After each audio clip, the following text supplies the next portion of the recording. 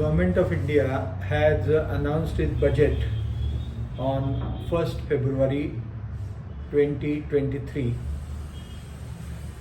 Nirmala Sitharaman has made out some 123 changes in the Income Tax Act 1961.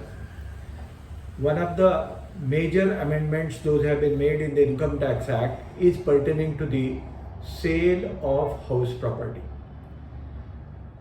All are aware that if one of the houses is sold out and the house to be sold out is chargeable to income from house property and is owned by the seller for a minimum period of 24 months of time, which means that's a long-term capital asset, then entire long-term capital asset is exempt or entire long-term capital gain is exempt if the amount is invested in buying a new house. That house needs to be bought within -1 year, +2 year, or you can construct within 3 years from the date of sale. Which means that if you are selling your house on 1st of April 2023, then in that case the house needs to be purchased on or after 1st of January 2022 or needs to be bought within 2 years from date of sale, 1st of January 2025, or you can construct before 1st of January 2026. So 3 years time is being specified for construction, 2 years time for buying a house, and before selling that house you can buy a house for a minimum minus period of 1 year. Now this particular house is exempt from income tax provisions by before levying 20% of capital gain tax if these houses are purchased. If it is not purchased, then tax at the rate of 20% plus cess, education cess, etc. will have to be paid. Now there are two options which are available in this particular category, that if you may sell the house and invest up to 50 lakhs of rupees in REC 54 REC bond, then if the capital gain is up to rupees 50 lakhs, it is exempt. And the second option that I already told you, that you can invest in buying a new house itself. Now, the present day situation, the provision says that you have to buy one house or two houses as the case may be.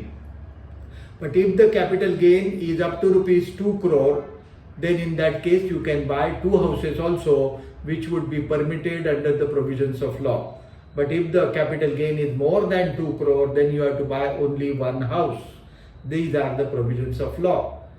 And in this particular case now, the government has felt that there are certain higher rich family people, they are misusing this particular benefit of buying and selling a house, investing it in another house.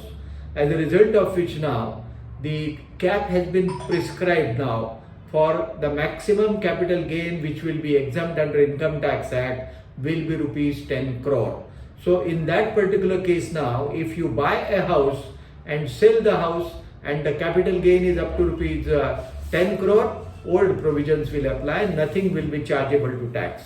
But if the capital gain earned by you is in excess of rupees 10 crore and still you buy the house in itself, then the capital gain now will be exempt only to the extent of 10 crore. The remaining amount will be chargeable to tax.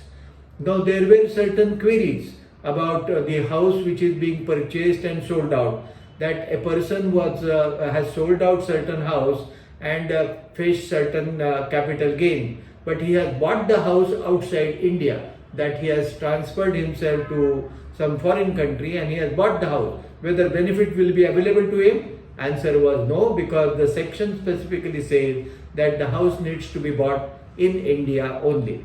The other possibility can be a person might sell his house in United States of America and buy another house in India in itself. So in that particular case also, since the house which was being sold out in USA was not chargeable to tax inside Income Tax Act 1961, the question of exemption does not arise. But note one important point, that if the property has been sold out under section 54F of the Income Tax Act, then the investment will be restricted only to rupees 10 crore. So if the property is sold out, because section 54 is F says that the entire sale proceeds are required to be invested, and now the property and the investment which is required to be made is only up to rupees 10 crores. So even if you are sold out the property and the entire 20 crores are invested in buying a new property, still the amount which will be exempt will be to the extent of 10 crore, and proportionate capital gain will be exempt.